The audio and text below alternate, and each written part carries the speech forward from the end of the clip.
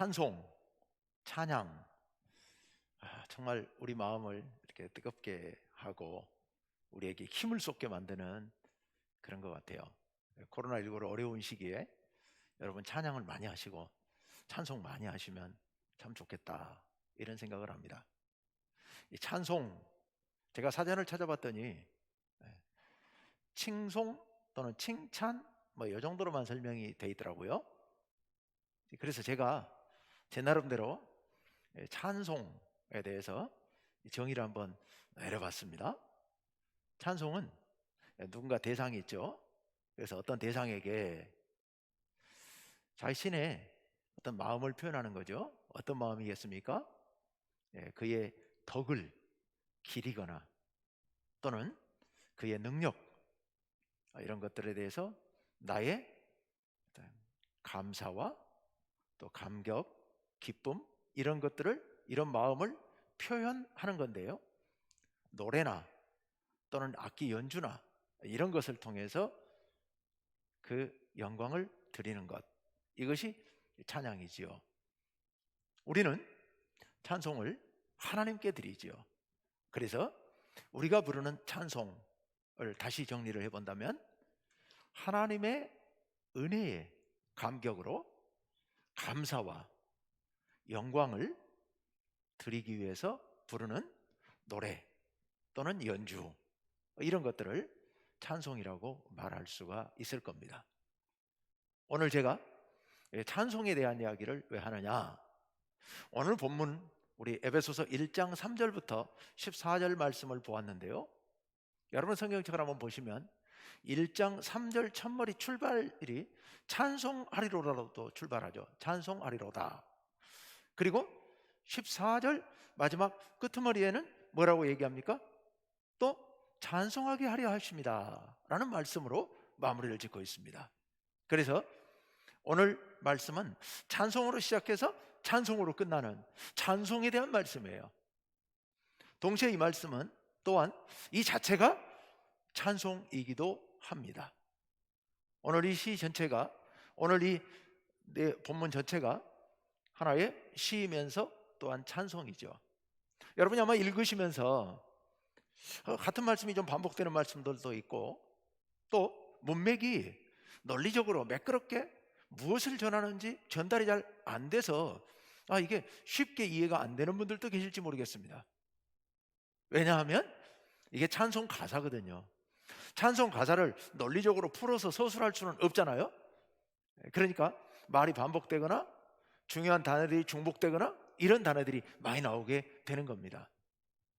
오늘 이 본문은 초대교회의 찬송 가사가 아니었을까, 이렇게 생각을 합니다.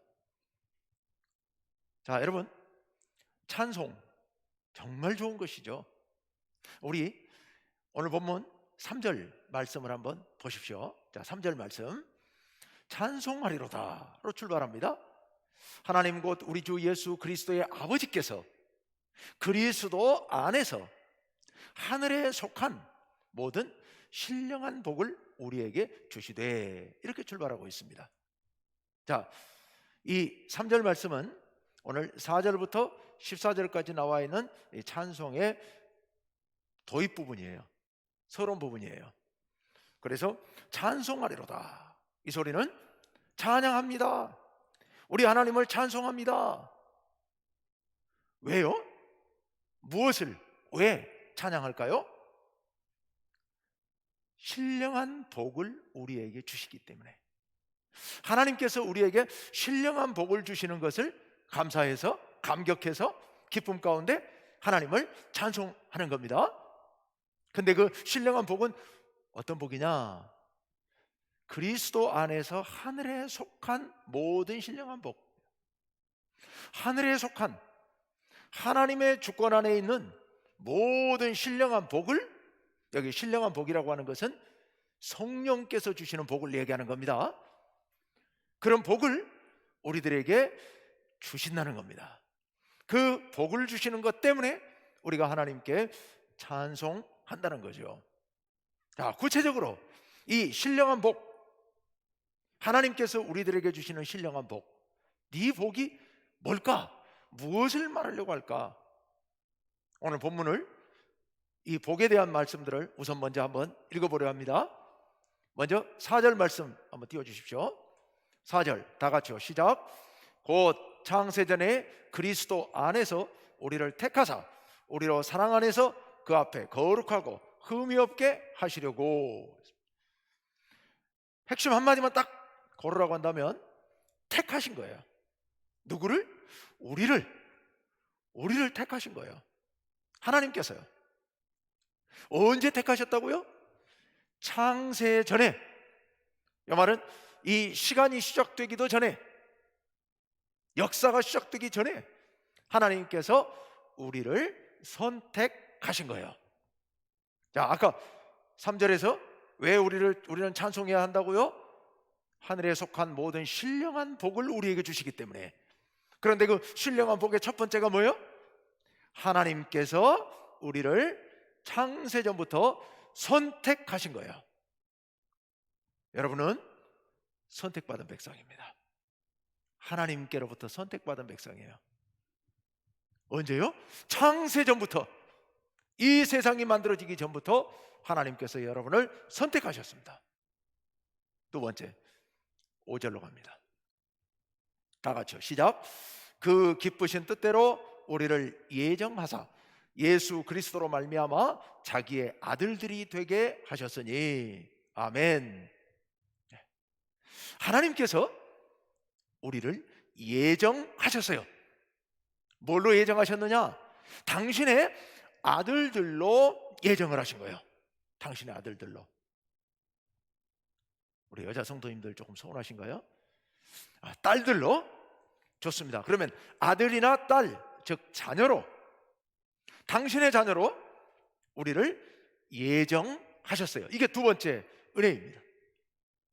하나님께서는 여러분을 당신의 자녀 삼으시려고 구체적으로 계획하신 거예요. 이게 예정하신 거예요. 구체적으로 예정하셨어요. 사람들은 가끔 이런 얘기를 합니다. 그럼 안 믿는 사람들은, 예수님 안 믿는 사람들은 그럼 하나님께서 선택 안 하셨고 예정 안 하셨다는 말씀인가? 네, 그렇지 않습니다. 우리 하나님께서는 우리 모든 사람들을 다 선택하셨고 예정하셨죠. 다만 우리 믿는 사람들은 이 은혜를 깨닫고 너무 감사하고 감격해서 이렇게 고백하는 겁니다. 우리 하나님께서 나를 선택하셨고 나를 자녀로 예정하셨다.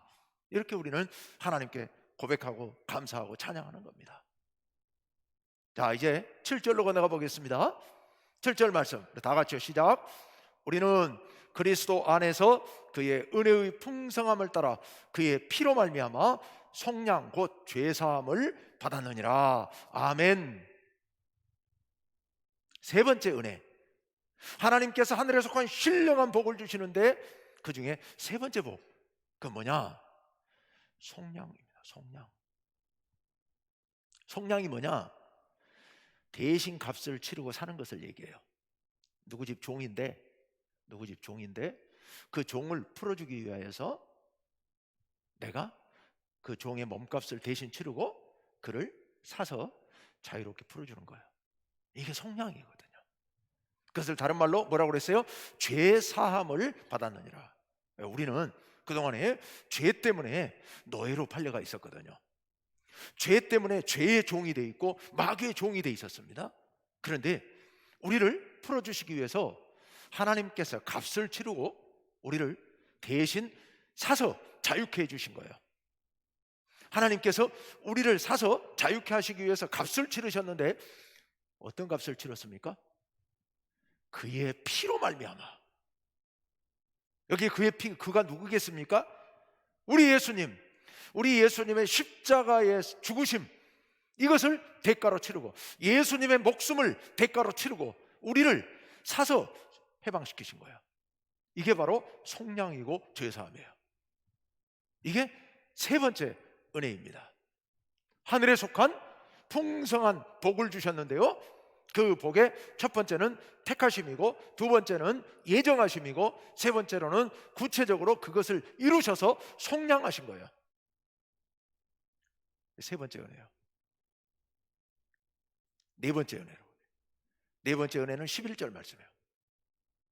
11절 다 같이요. 시작. 모든 일을 그의 뜻의 결정대로 일하시는 이의 계획을 따라 우리가 예정을 입어 그 안에서 기업이 되었으니. 아멘. 우리가 뭐가 됐다고요? 기업이 되었어요. 이건 누구의 기업이란 얘기냐? 하나님의 기업이에요. 여기 말하는 기업이라는 게 회사를 말하는 거 아니에요. 전혀 다른 말이에요. 여기서 말하는 기업은 소유, 소유물 이런 뜻입니다. 자, 하나님께서 예수 그리스도의 피로 값을 치르고 우리를 속량하셨습니다. 그래서 하나님의 소유로 삼아 주셨어요. 참 은혜로운 말씀인데요. 거꾸로 잘못 생각하면 아니 그럼 우리가 하나님의 소유물, 하나님의 종, 하나님의 노예 뭐 이런 건가? 뭐 그래도 좋습니다만은 혹시 그런 것에 대해서 오해하는 사람이 있을지도 모르겠습니다. 여기서 하나님께서 소유로 삼으셨다는 얘기는 두 가지 의미에서 우리에게 참 은혜로운 말씀이죠. 첫째는 아무도 못 건드려요. 우리는 우리 하나님의 소유물이기 때문에요. 둘째요, 하나님께서 마음대로 하시려고 소유물로 삼으신 게 아니라 여기 소유물이라 기업이다 라는 말씀의 의미는 하나님의 보물로 삼으신다는 뜻이에요.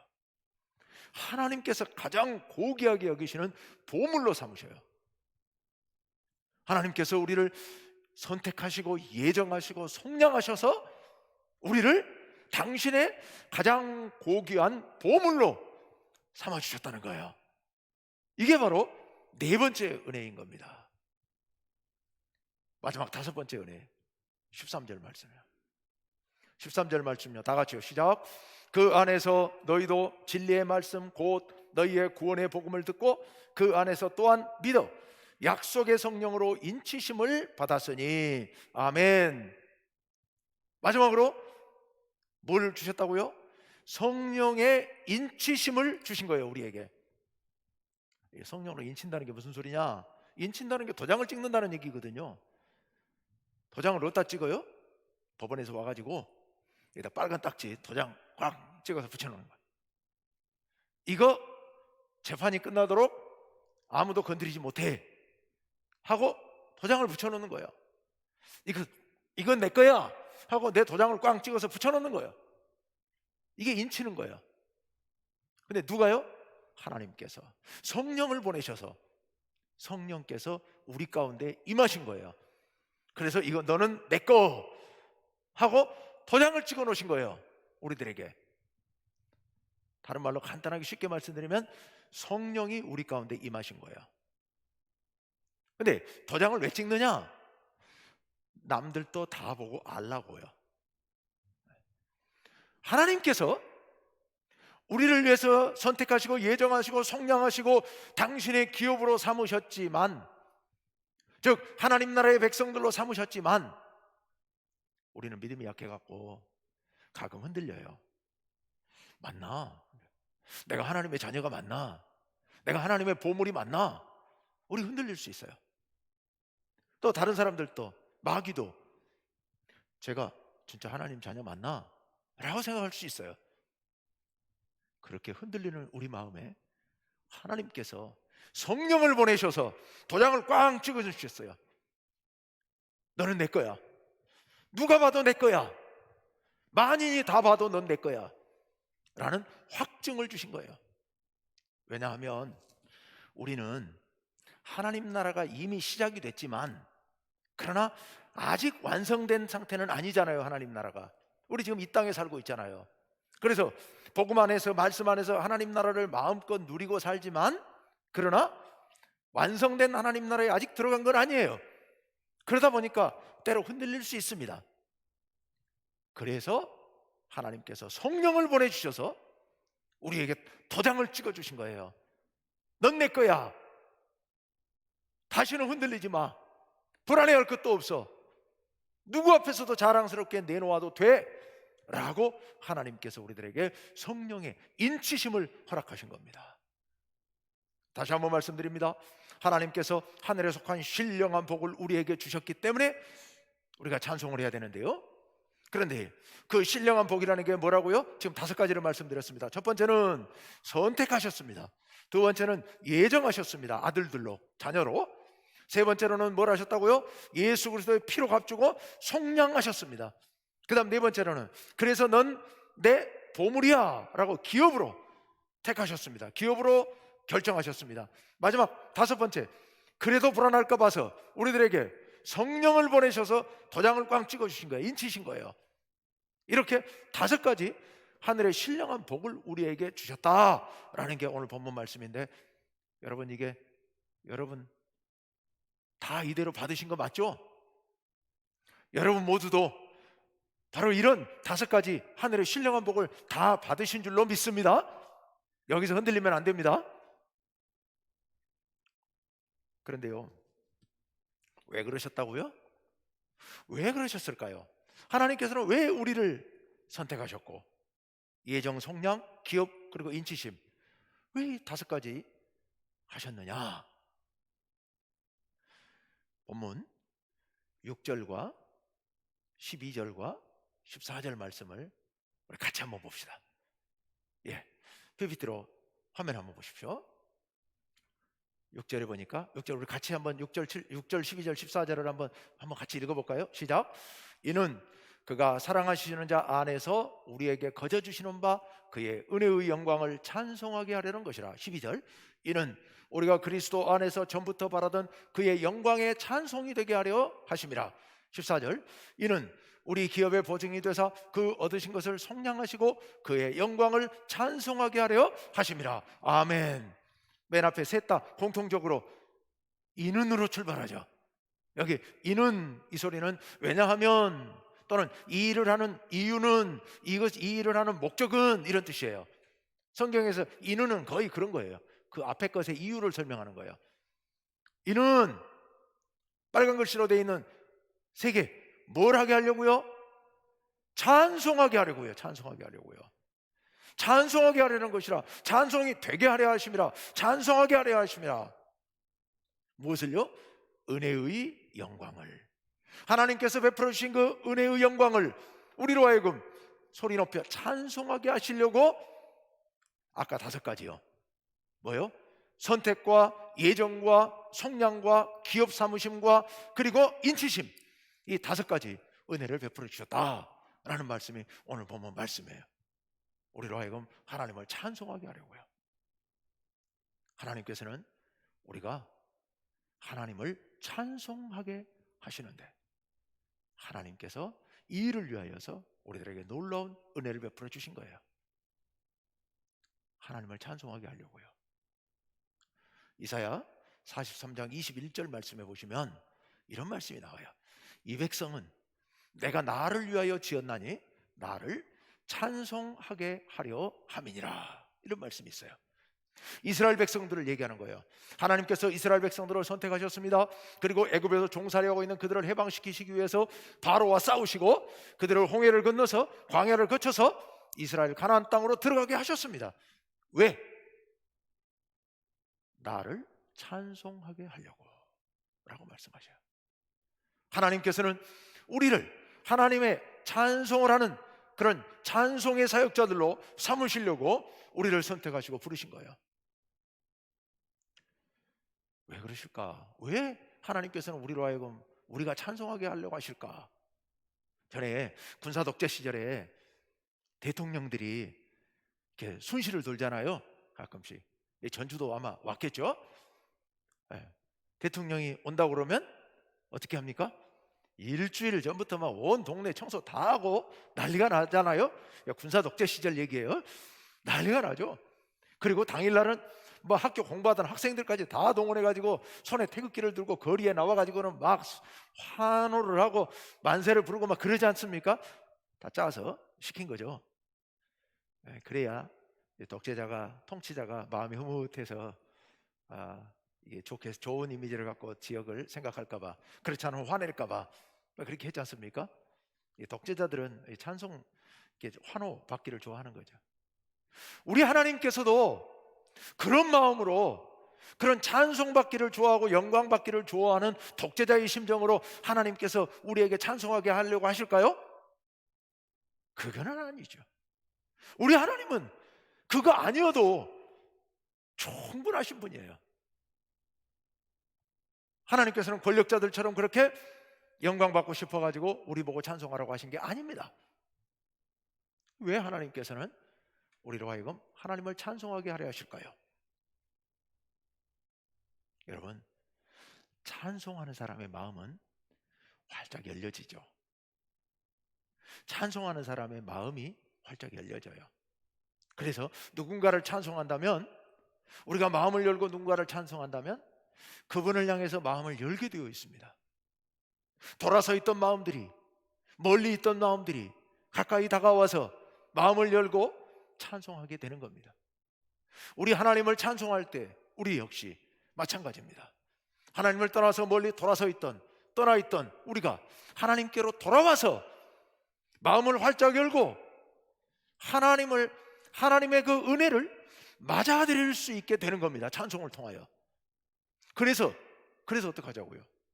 우리 하나님께서 우리를 향해 베풀어 주시는 그 놀라운 은혜와 사랑을 마음껏 받아들일 수 있도록 하나님께서 찬송하라고, 당신을 찬송하라고 하시는 겁니다. 하나님께서 우리로 하여금 당신을 찬송하게 하시는 것은 당신의 영광을 위해서가 아니라 우리를 위한 것이죠. 우리를 사랑해 주시는데 사랑받는 우리가 하나님 앞에 바로 서지 못하고 돌아서서 마음을 닫아버리고 이렇게 살아가고 있었어요. 그랬던 우리가 하나님께로 돌아와서 마음을 활짝 열고 하나님의 사랑을 마음껏 받아들이도록 하시기 위하여서 우리로 하여금 하나님을 찬송하라고 그렇게 말씀하시는 겁니다. 우리는 노예되었던 자들이잖아요. 종되었던 자들이잖아요. 죄악의 노예가 되었고 죄책감의 노예가 되었고 악한 영의 노예가 되어서 살아가던 우리들이잖아요. 그런데 하나님께서 당신을 찬송하게 하는 것은 그런 모든 것으로부터 우리가 해방되어서 자유롭게 되고 하나님께서 우리를 창조하신 그 뜻을 따라서 우리의 본성을 따라서 자유롭게 하나님을 찬양하며 영광 돌리도록, 그래서 하나님과 서로 마주대하고 하나님께서는 우리에게 은혜의 빛을 비춰주시고 우리는 그 은혜를 마음껏 받아 누리면서 하나님의 사랑 안에 자유케 되고 그 안에서 하나님께 영광을 돌리는 이런 놀라운 은혜를 맛보게 하시려고 하나님께서 우리 보고 찬송하라고 하시는 겁니다. 이런 놀라운 은혜를 베풀어 주시면서요. 여러분, 이 코로나로 인해서 어려운 시기에 찬송 많이 합시다. 찬송, 우리가 하나님께 드리는 찬송이지만 동시에 이 찬송은 하나님께서 우리에게 내려주시는 은혜의 통로잖아요. 은혜의 통로예요. 찬송 많이 합시다. 찬송을 하는 사람에게는요, 마음에 어두웠던 마음이 밝아집니다. 슬펐던 마음이 위로를 받고 기쁨을 얻게 되는 겁니다. 찬송을 많이 하게 되면요, 우리 마음 가운데 악한 생각이 자리 잡지 못하고 선한 생각, 의로운 생각으로 채워지게 됩니다. 우리가 찬송을 많이 하다 보면 우리 마음 가운데 희망이 생기고 용기가 생깁니다. 찬송을 많이 하시길 바랍니다. 또한 찬송은요, 기도이기도 합니다. 찬송의 많은 가사들은 하나님을 향한 우리의 마음을 고백하고 또 하나님께 우리의 소원을 아뢰는 기도이죠. 그래서 혹시 여러분 기도하시다가 기도가 잘 되지 않고 어려움을 겪으실 때는 찬송을 하시면 좋겠습니다. 기도를 시작하기 전에 여러분이 찬송을 하시면 여러분이 마음이 활짝 열려져서 하나님께 기도하는데 더 집중할 수 있게 되고 더 은혜로운 기도 시간을 맞을 수가 있을 겁니다. 여러분 많이 찬송하시길 바랍니다. 사실 찬송은 아무나 하는 게 아니죠. 우리 예수 믿는 사람들이 하나님의 은혜를 체험한 사람들이 부를 수 있는 게 찬송입니다만은, 그러나 안 믿는 사람들이 찬송가를 따라 부른다고 해서 우리가 막을 이유는 없잖아요. 왜냐하면 찬송 안에는 복음의 메시지가 들어 있습니다. 그래서 우리가 찬송가를 힘차게 또 우리가 열심히 찬송을 부를 때요, 은혜롭게 찬송을 부를 때 그 찬양을 듣는 안 믿는 사람들이 그 찬양을 통하여서 은혜 받고 가슴이 열려져서 복음을 받아들일 수도 있습니다. 따라서 이 찬양은 또한 전도의 도구가 될 수도 있습니다. 여러분 찬송을 많이 부릅시다. 하나님께서 우리들에게 찬송하게 하시려고 이 5가지 놀라운 은혜를, 신령한 복을 부어주신 겁니다. 그런데요, 본문에는 우리가 하나님께 찬송하는 데서 한 단계 더 나아가기를 바라는 마음이 담겨 있습니다. 다시 한번 6절, 12절, 14절을 PPT를 띄워주세요. 예. 여기 보시면 6절하고 14절은 끝에 뭐라고 했냐면 그의 은혜의 영광을 찬송하게 하려는 것이라 이렇게 돼 있죠. 그의 영광을 찬송하게 하려 하심이라 이렇게 끝나잖아요. 근데 12절은 좀 다르죠. 12절은 뭐라고 해놨습니까? 그의 영광의 찬송이 되게 하려 하심이라. 누가요? 우리가. 12절 첫머리에 이는 우리가 찬송이 되게 하려 하심이라 그랬어요. 우리가 찬송이 돼야 된다는 거예요. 우리가 찬송이 돼야 돼요. 우리가 찬송이 된다는 게 무슨 소릴까요? 찬송이라고 하는 것은 그분을 칭송하고 그분을 높여서 그분에게 기쁨을 드리는 거죠. 그분을 기쁘시게 해드리는 게 찬송이죠. 그러면 우리가 찬송이 된다는 건 뭐예요? 우리를 바라보시면서 하나님께서 기뻐하시도록 해드리면 되는 거예요. 우리의 삶을 보면서, 우리의 말을 들으면서, 우리의 행동하는 것을 보면서 하나님께서 기뻐하시도록 해드리는 것, 그게 바로 우리가 찬송이 되는 길입니다. 어떻게 하면 우리가 하나님을 기쁘시게 해드릴 수 있을까요? 우리의 삶의 모습이 하나님께서 창조하신 그 목적 그대로 살아가게 될 때, 하나님 안에서 행복하게 될 때 하나님께서 가장 기쁘실 거예요. 여러분, 자녀들 한번 생각해 보십시오. 부모가 자녀를 보면서 가장 기쁠 때가 언제 같아요? 가장 기쁘고 행복할 때가 그 자녀가 기뻐하고 그 자녀가 행복해할 때, 그때 부모는 가장 행복한 거야. 자녀가 울고 있고 자녀가 가슴 아파하고 자녀가 슬퍼하고 자녀가 의기소침해 있을 때 부모 가슴은 찢어지는 거죠. 우리가 하나님 앞에서 가장 행복해하고 가장 자유로워하고 가장 힘있게 살아갈 때 하나님께서는 우리를 보시면서 기뻐하실 줄로 믿습니다. 우리 모두가 죄악의 노예가 돼가지고서 쩔쩔매면서 탐욕의 노예가 돼가지고서 어찌할 줄 모르면서 아둥바둥하면서 살아가는 모습을 보면 하나님께서 슬퍼하십니다. 그런데 우리가 하나님을 믿고 하나님 안에서 자유함을 누리면서 기쁨으로 하나님의 뜻을 따라 행하면서 그렇게 행복하게 살아갈 때 하나님께서 우리를 바라보시면서 가장 기뻐하실 줄로 믿고요, 그것이 바로 우리가 하나님 앞에 찬송이 되는 겁니다. 여러분, 우리의 삶으로 하나님을 찬양합시다. 내 삶이 하나님 앞에 찬송이 되게 합시다. 그럴 때 하나님께서 정말 기뻐하실 겁니다. 자, 지금 제가 두 가지를 말씀드렸습니다. 첫 번째는 우리가 찬송하게 하려고 하나님께서 우리를 그렇게 5가지 복을 주셨다. 두 번째는 우리가 찬송이 되게 하려고, 우리의 삶이 찬송이 되게 하려고 하나님께서 5가지 신령한 복을 주셨다는 말씀을 드렸습니다. 그런데요, 그 단계에서 끝나지 않고요, 더 놀라운 그 다음 단계가 하나 더 있습니다. 우리 13절 말씀을, 10절 말씀을 한번 읽어보세요. 10절 말씀. 다 같이요. 10절 말씀 시작. 하늘에 있는 것이나 땅에 있는 것이 다 그리스도 안에서 통일되게 하려 하심이라. 아멘.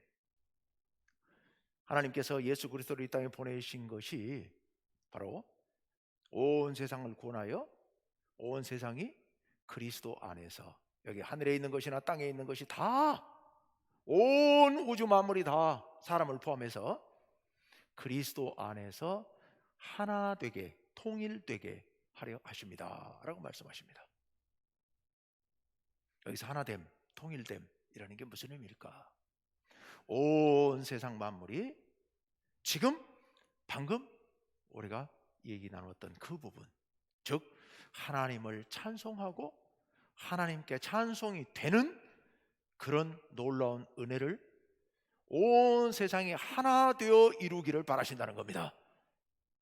우리 몇 사람만 하나님을 찬송하고 우리 몇 사람만, 특별한 사람들만 하나님 앞에 찬송이 되는 삶이 아니라 하나님께서는 온 우주 만물이, 온 인류가 함께 손에 손을 잡고 한 마음으로 찬송을 하고 찬송이 되는 그런 놀라운 역사를 하나님께서는 계획하고 계시다는 말씀입니다.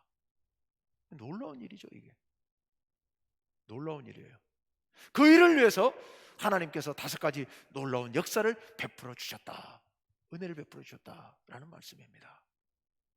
여러분, 하나님께서는 온 세상이 하나 되기를 원하십니다. 하나 되기를 원하세요. 이번 코로나 사태를 겪으면서 온 인류가 정말로 반성하고 각성하고 회개해야 됩니다. 이 사태가 왜 일어난 겁니까?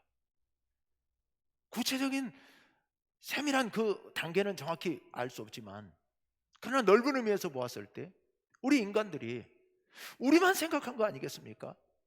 자연을 파괴하고 환경을 오염시키고 자원을 고갈하고 우리만 잘 먹고 잘 살자고 나만 생각하고 마음껏 살면서 자연을 함부로 대하다가 오늘 이 위기를 만나게 된 것 아니겠습니까? 어떤 학자들은 코로나 이건 아무것도 아니라고 얘기하죠. 더 무서운 놈이 다가왔다는 얘기를 최근에 어떤 전문가가, 세계 전문가가 글을 올려놓은 걸 잠깐 본 적이 있습니다. 더 무서운 것이 다가오고 있다고요. 이유가 뭡니까? 우리가 환경을 오염시켰기 때문에요. 파괴했기 때문에요. 문제는 우리들입니다. 또 이번 코로나19를 겪으면서 우리 모두가 절감한 것이 하나 있습니다. 나만 잘 먹고 나만 잘 살고 나만 안전하게 한다고 되는 게 아니라는 거예요. 가난하고 힘든 백성들, 어려운 사람들이 건강관리 잘 못해서 거기서 병이 생겨나면 이 병으로 인해서 온 인류가 다 같이 고통을 당해야 되고 다 같이 위협을 당해야 된다는 사실입니다. 그러므로 이런 문제를 막기 위해서는 다 같이 건강해져야 되고 다 같이 잘 살아야, 다 같이 안전해져야 모두 안전한 것이지, 나만 잘 먹고 나만 잘 살고 나만 건강하고 이렇게 된다고 되는 게 아니라는 것을 우리들에게 교훈으로 남겨주고 있습니다.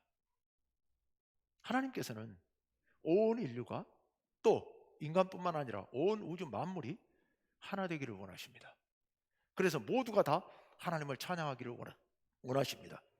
그런데요, 생각해 보면 문제는 사람들에게 문제 있어요. 자연은요, 하나님께서 창조하신 저 태양과 하늘의 별들과 그리고 땅에 있는 수많은 식물들과 동물들, 많은 것들은 다 하나님께서 창조하신 그 모습 그대로 하나님께 영광을 돌리고 있습니다. 꽃은 해가 되면, 때가 되면 매년 꽃을 피워서 하나님께 영광을 돌립니다. 새들은 때가 되면 나와서 노래 부르면서 하나님께 영광을 돌립니다. 문제는 인간들이에요. 문제는 인간들. 우리만 잘하면 되는 거예요. 우리 인간이 하나님 앞에서 각성하고 회개하고 돌이켜서 이 하나님께서 창조하신 이 우주 만물과 함께 더불어 조화를 이루면서 하나 되어 살아가면 되는 겁니다. 그렇게 하기를 하나님께서는 간절히 바라고 계시는 겁니다. 온 우주 만물이 통일되어, 그리스도 안에서 통일되어 하나 되어 손에 손을 잡고 하나님께 영광을 돌리고 하나님의 찬양이 되는 그런 역사를 하나님께서는 기대하시면서 우리들에게 5가지 은혜를 베풀어 주신 겁니다. 종합해 봅시다. 다시 한번. 하나님께서는 우리들에게 신령한 복을 내려주십니다. 그리스도 안에서 신령한 복을 내려주십니다. 오늘 제가 자세하게 말씀드리진 않았습니다만 오늘 본문에 또 한 가지, 무려 11번이나 걸쳐서 그리스도 안에서가 반복됩니다. 물론 번역을 조금씩 다르게 해놨기 때문에 여러분이 찾기에는 11번이 다 안 나올 겁니다만 원어에 보면 11번이 나옵니다. 그리스도 안에서, 예수님 안에서. 자, 우리는 예수님 안에서 하나님의 선택받은 백성들입니다. 예정을 받은 사람들입니다. 예수 그리스도 안에서 우리는 속량받았습니다. 예수 그리스도 안에서 우리는 하나님의 기업 보물이 되었습니다. 예수 그리스도 안에서 성령의 인치심을 받은 사람들입니다. 그 일을 통하여서 우리로 하여금 예수 그리스도 안에서 하나님을 찬양하게 하시려고, 예수 그리스도 안에서 우리 모두가 찬송이 되게 하시려고, 예수 그리스도 안에서 온 세상이 하나 되게 하시려고 이 놀라운 역사를 베풀어 주신 겁니다. 우리의 할 일은 분명합니다. 우리 모두가 영원토록 우리 하나님을 찬송합시다. 뿐만 아니라 우리 모두가 하루하루의 삶이 하나님께 대한 찬송이 되는 그런 삶을 살아갑시다. 나뿐만 아니라 이 땅에 소외된 백성들, 어려운 형편에 있는 사람들과 손에 손을 잡고, 뿐만 아니라 이 우주 만물 자연과도 손을 잡고 우리 모두 함께 하나 되어서 하나님께 영광 돌리는 아름다운 나라, 그런 나라를 이루어 가라고 하나님께서 놀라운 은혜를 베풀어 주신 겁니다.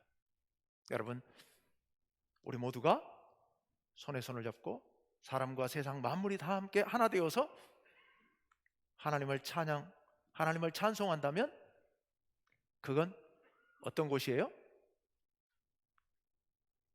하나님의 나라이죠. 예, 우리 교회 표현으로 바꾼다면 한 어울림이에요. 우리가 한 어울림, 우리 모두가 하나로 어우러지는, 이게 우리 교회의 꿈이고 하나님의 뜻입니다. 우리 온 성도들이 2021년 한 해 동안 뿐만 아니라 하나님의 나라 갈 때까지 모두 하나 되어서 하나님을 찬송하고 하나님 앞에 찬송이 되는 삶을 살고 하나님께 영광 돌리는 우리 온 교회 성도님들 되시기를 간절히 바랍니다. 기도합시다.